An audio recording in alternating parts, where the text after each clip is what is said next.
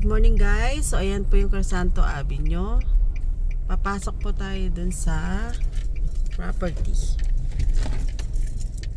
So ito yung papuntang property. So simula dyan sa Crisanto Avenue, 150 meters away lang siya.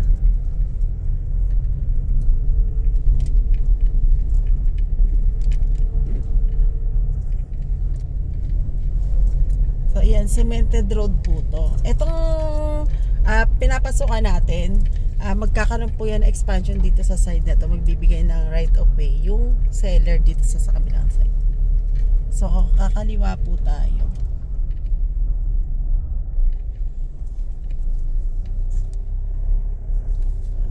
Kaliwa, eto na siya. Malapit na po tayo sa side or sa property.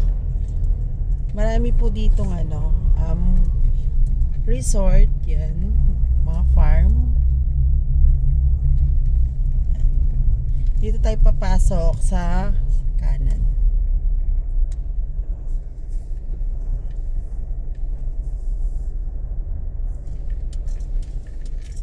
So ito na po yung property. Ito guys, yan, simula dyan, yan. Yan yung mga available natin. Diba? May mga fruit bearing yan. Ito, suha itong punong to. Yan, may dragon fruits. Yan, dragon fruits yan.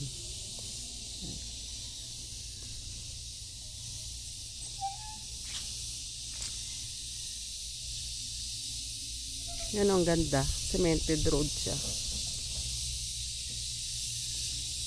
Saging.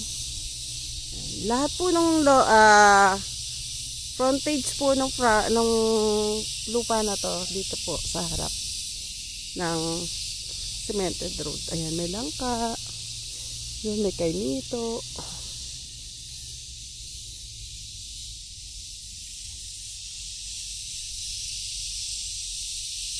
Ito po 800 yan square meter cut ito. Yan. Andun yung muhon niya. Yan. So may kakwati na yun, may drainage yun ang muhon. Tapos diretso tayo dito. Malaki yung frontage niyan, 800. Puro puno ng mahogan ito. Ang small cut nila dito sa 5 cut na natitira, 513 square meter na lang. Yun ang small cut. Ayun ang muhon nito.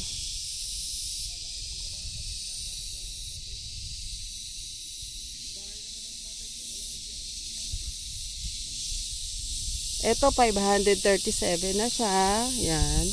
Ito na may puno ng lansones. Ayan. Nakikita niyo yung pader na yon. Yun. Hanggang doon yung boundary. Bali po yung perimeter fence niya nakasemento po.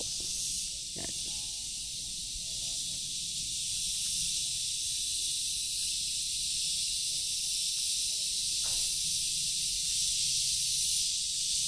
Bali ang cut nila dito, yung dun sa pag-angat na yon, 513, 537. Yan ang mga cut, 537. Yung pinakamalaki doon, yun yung 800 yun sa dulo.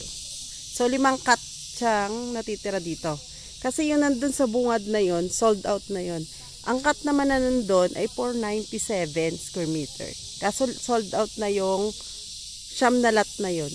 So dito naman 5 lot naman po yun nandito.